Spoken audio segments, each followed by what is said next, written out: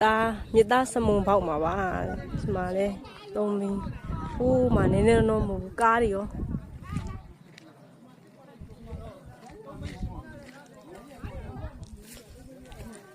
မကြည့်အောင်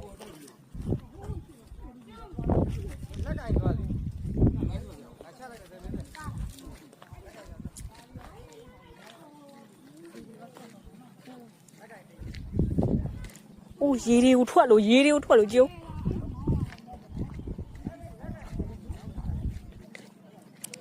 အောက်ထဲမှာမြေကြီးထားတဲ့အချိန်နဲ့တ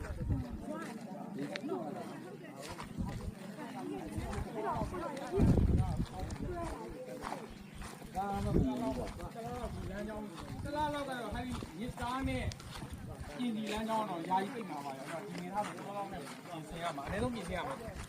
ရားကတော့ထိခိုက်မှုသိမ့်မရှိပေမဲ့ဒီပြည့်ကြောင်းကြတော့အင်မတန်မှ ဟိုမှာကားကြီး ဟုတ်ကားဟိုဘက်ဆက်သွားလို့မရတော့ ရတော့ဘူး ကူးကြမှာတော့ခင်ဗျားထုတ်ကြည့်နေအဲ့ဒါယူ ကားတစ်စီးဟိုမှာ လမ်းကြောင်းသွားတာမဟုတ်ဘဲနဲ့အရှင်းမလို့